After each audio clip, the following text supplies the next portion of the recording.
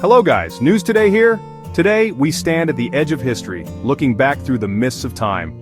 Our journey is one of intellectual exploration into the ancient books that have shaped our world for millennia. These texts are the DNA of our collective consciousness, the blueprints of our societies. We'll travel from Mesopotamia to Egypt, Greece to China, uncovering the stories and wisdom that built civilizations. Prepare yourselves. We're about to turn the pages of history and read the words that have echoed through the ages. Our journey into the heart of the written word begins now. Our story begins in Mesopotamia, the cradle of civilization, where the Epic of Gilgamesh was etched into clay tablets. This is the world's first great epic, predating Homer by centuries. Gilgamesh, king of Uruk, is 2/3 god, 1/3 man, powerful, arrogant, and oppressive. The gods create Enkidu, a wild man, to challenge and balance Gilgamesh. Raised among animals, Enkidu is innocence itself, until he's lured to Uruk and confronts Gilgamesh.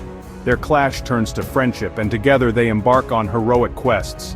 They defeat Humbaba, guardian of the cedar forest, and slay the bull of heaven, angering the gods. As punishment, Enkidu is sentenced to die. Gilgamesh is shattered by grief, forced to confront mortality for the first time. Driven by fear of death, he seeks Utnapishtim, the immortal survivor of a great flood, hoping to learn the secret of eternal life. Gilgamesh's journey is perilous and ultimately futile. He fails the test of immortality and loses a magical plant that could restore youth. He returns to Uruk empty-handed but wiser. Looking at the city's great walls, he realizes true immortality lies in legacy, in deeds, friendships, and the civilization he helped build. The Epic of Gilgamesh is not just a tale of adventure, but a profound meditation on loss, mortality, and what it means to be human. It asks, how do we face death? What do we leave behind? In the end, Gilgamesh finds meaning not in living forever, but in the impact of his life on others. This ancient story, carved in clay, still speaks to us about grief, friendship, and the search for purpose. It's a reminder that our stories and our actions echo long after we're gone. The Epic of Gilgamesh is the first great human quest for meaning, a journey we're all still on. Its wisdom endures, reminding us that even the mightiest must accept their limits. Through loss, Gilgamesh, and we, find what truly matters. The epic closes not with triumph, but with understanding. The walls of Uruk stand as a testament to human achievement and the enduring power of story. In the end, it's not immortality we seek, but significance. The Epic of Gilgamesh is where our written journey begins, and its questions still shape us today. Now, we turn to a collection of texts that has shaped Western civilization and influenced billions, the Bible. Not a single book, but a library. History, law, poetry, prophecy, and theology, written over centuries.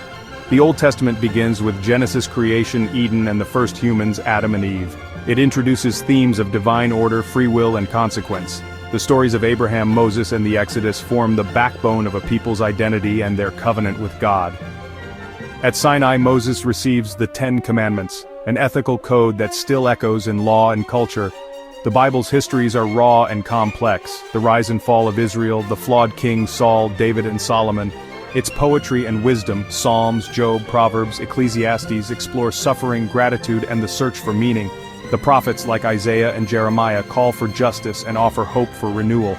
The New Testament centers on Jesus of Nazareth, his teachings, parables, and the radical message of love and forgiveness. The Gospels, Acts, and Paul's letters shape Christian faith and community. Revelation closes the Bible with visions of cosmic struggle and ultimate renewal.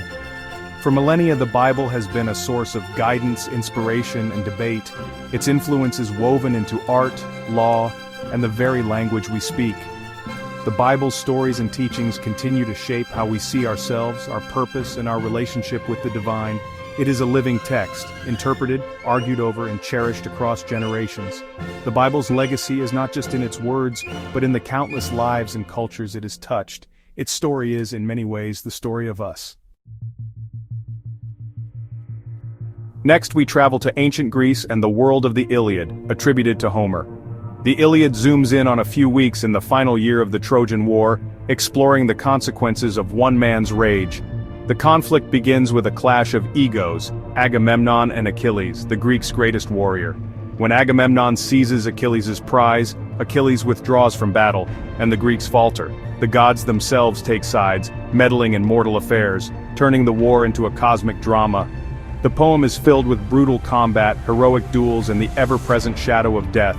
Achilles' absence leads to disaster for the Greeks. His friend Patroclus, wearing Achilles' armor, is killed by Hector, Troy's noble defender.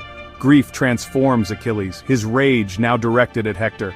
Achilles returns to battle, unstoppable, and kills Hector in a tragic duel. In his grief, Achilles desecrates Hector's body, shocking even the gods. The Iliad is not just about glory, but about the cost of pride and the devastation of war. It questions the value of honor and the price of vengeance. The poem ends not with victory but with mourning and a fragile moment of compassion between enemies. The Iliad's power lies in its unflinching look at human nature, our passions, our violence, and our longing for meaning.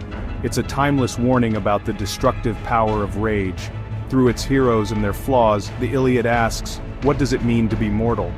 Its lessons still resonate, reminding us that even in war, humanity endures. The Iliad's echoes shape our understanding of heroism and tragedy to this day.